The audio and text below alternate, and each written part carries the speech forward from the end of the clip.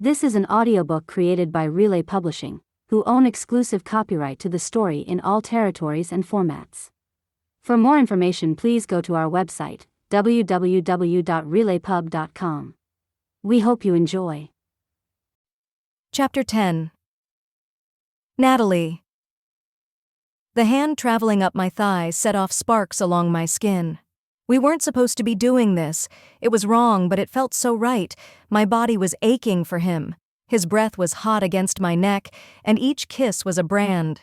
James was claiming me. "Do you want me to stop?" He rasped in my ear. He nipped my earlobe and my head fell back from the sheer pleasure of it all. Did I? My brain listed all of the reasons why I needed to push him away and be done with him forever. But I was desperate for his touch. His mouth found mine again, and as we kissed, our lips betrayed the need we both felt. I arched against him, my nimble fingers searching for his skin beneath his velvet vest. Velvet? James must have sensed hesitation because he pulled away, his eyes stormy. "May I continue?" I was about to answer, but everything went sluggish, like I was underwater and struggling back to the surface. Someone was yelling at me to hurry up, and it didn't sound at all like James. I opened my eyes and slapped off my alarm. It was just a dream. I wanted to scream out in frustration. It was the third time I'd had a rake dream with James replacing the star of the novel, and the third time it had ended before I could get off. I was so horny I could barely see straight. My alarm went off again, effectively killing the mood for good. Time to get up and get to work, I guess. Levante texted me on the way to the office with a skull emoji, saying the vibes were off. He didn't respond when I asked for details, so I prepared myself for whatever was going down. As always, I stopped in the kitchen first thing for a cup of coffee and ran into Rhea. "Did you hear?" she whispered in a conspiratorial voice, glancing around the room even though it was obvious that we were alone. Levante texted and said something is up, but he wouldn't tell me what's going on. "Fill me in. The stress is killing me." She looked around again. "Have you seen Lorraine lately?" It took me a second to connect the name with James's assistant. I shook my head. "I don't really know her, except passing by her desk a few times." "Well, she's been up to something. Or should I say, someone. Turns out she's pregnant." I frowned in confusion. "Isn't she, like, in her mid-40s? "Oh yes, she is." Rhea nodded, clearly enjoying being the office newsie. "And it gets better. She had an affair with Tony in vendor relations." "No way," I gasped. "They're both married." "Indeed they are. Quel scandale." Rhea pursed her lips in a prim expression. "Since she's a geriatric pregnancy, she needs to go on bed rest for the final 4 months, so James is down an assistant. Worst time for it too, since he's doing 2 jobs and trying to hire a replacement for Clint.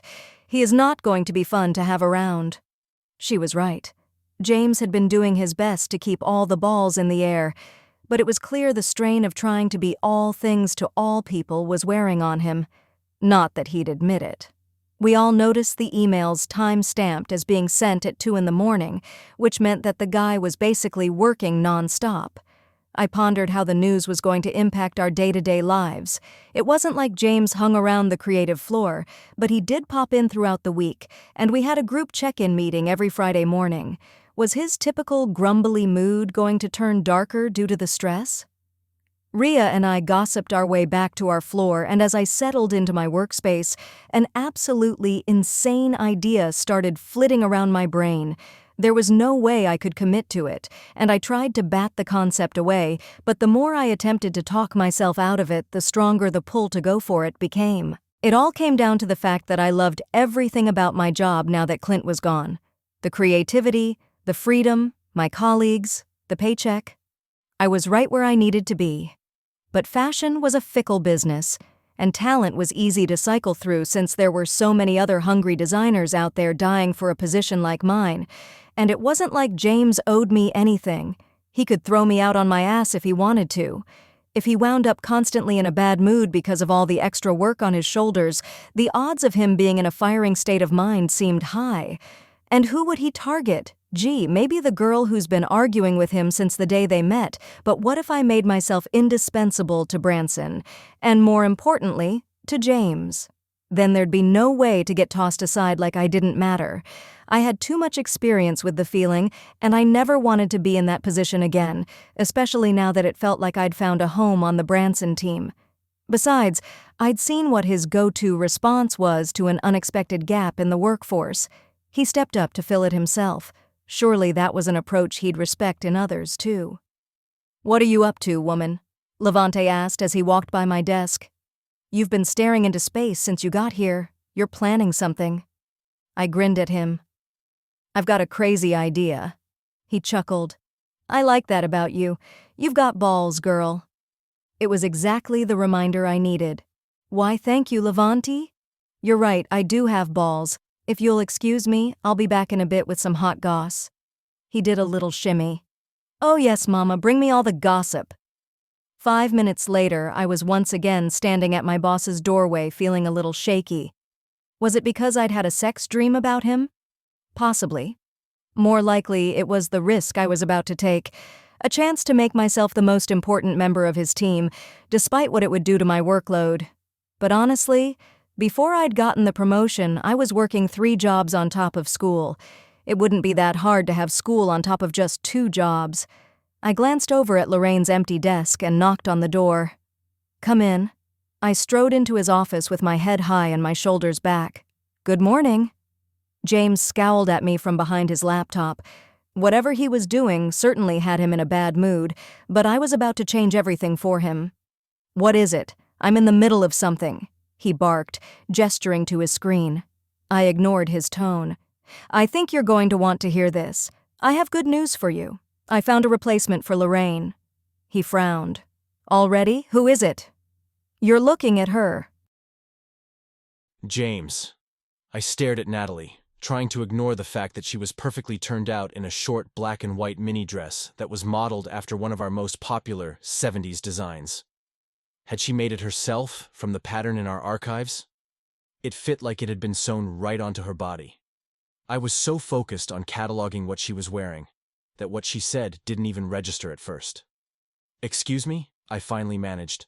"What are you going on about?" "Oh, come on, focus, James," she frowned at me. "I said that I was stepping up to be Lorraine's temporary replacement, to help you." "What?" "No, that wouldn't do at all." "Well, that's the most ridiculous thing I've ever heard," I shot back, ignoring the way my pulse ratcheted up a few notches at the thought of us working that closely together. "You don't know the first thing about Lorraine's job. I'd probably have to spend more time training you than actually having you support me. And what about your own work? When would you get all of that done?" Her expression shifted to a petulant frown. "Well, that's a strange way to thank me for stepping up." She crossed her arms, and I could feel her glaring at me from across the room. "I didn't ask you to step up. I kept my eyes trained on the spreadsheet on my screen. You need to stay in your lane, Natalie." "Exactly, just like you did," she replied in a mocking voice. "Mr. Spreadsheets is now running the creative department. That's not a skill set leap at all. Makes total sense that a numbers guy is telling designers what to do." We scowled at each other in silence for a few seconds. The woman was insufferable. And worse, she was right. I leaned back in my chair and rubbed my throbbing temples. As much as I hated to admit that I needed help, the truth was I did. Big time. I was nearly losing my mind trying to juggle the jobs of CEO and creative department head. Lorraine had been helping me vet potential candidates for Clint's position, and now that she was gone, I was being forced to not only find his replacement, but hers as well. And to make matters even more challenging, our quarterly numbers were looking worse than I'd expected.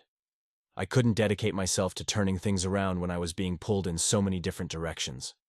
But could I handle having even more Natalie Reynolds in my life? That was the real question. I had no doubt that she'd pick up on Lorraine's work quickly, but being my assistant basically meant being my shadow. I had a tough enough time sitting across from her during design meetings. She was a distraction. No, a temptation. One I wasn't about to mess with. My life was complicated enough. "I can do this," Natalie said. "And you need to admit that you need some help. You need me, James." If she only knew how right she was, even if it was not in the way she meant. My eyes drifted down to her legs before I could stop myself. Why would you offer to take on even more work? Because you took a chance on me, she interrupted, her stormy expression shifting to vulnerability. I was nothing but an hourly employee before you stepped in and gave me my dream job. You changed my life, and helping you out when you need it is the least I can do in return. I sort of feel like I owe you, James. Her eyes were almost pleading, and she seemed more real and honest than I'd ever experienced. I wasn't used to this side of her, the softer Natalie Reynolds. As much as I enjoyed going head-to-head with Natalie, I liked this version of her too. I swiped my hand over my face. Yeah, I was overwhelmed, and the solution Natalie was presenting, while not perfect, did sound like it could work for the short term. The biggest task for my assistant right now was helping sift through the applications for the new head of the creative department, and no one had a better idea of what the position needed than Natalie. The problem in the scenario was me. Could I trust myself around her? There was always a buffer between us during the creative meetings. I had other people I could focus on, which was vitally important, since every time I looked at her beautiful face, something dangerous flared up in my chest. Besides, if you work yourself into an early grave, I might wind up with another boss like Clint, she continued. So consider my offer a little selfish. The devilish smile playing on her lips felt more like the Natalie I'd gotten to know. Fine, I sighed. Yes, you can fill in for Lorraine until I find her replacement. Thank you for the offer. I appreciate it. Excellent, she said as she plopped into the chair on the other side of my desk. What's first? I stared at her. You plan to start now? Well, duh. I need to get up to speed on what's going on so I can manage my tasks and create a workflow. I'm actually ahead on the Couture project and the Pantone retrospective stuff. That one's been keeping me busy, but I'm still on track. Her cheeks went red at the mention of the retrospective, and I wondered what she was up to. Clearly there was something going on there that she didn't want me to know about. The woman didn't have a good poker face. The first thing you need to do is go through the applications for Clint's job. We've been getting a ton of them, but obviously not everyone is qualified. Lorraine has been weeding through the ones that aren't a fit at all, and then forwarding to me the few that actually sound like they could do the job. In addition to that, she was attempting to set up interviews with a few of the ones I liked. Ooh, so you mean I get to help pick my next boss? Natalie rubbed her hands together gleefully. I could totally game the system to make sure the person I like gets through to you. Well, obviously, I want you to like whomever I pick, I replied. I want the whole team to feel good about Clint's replacement. They had to deal with him for far too long.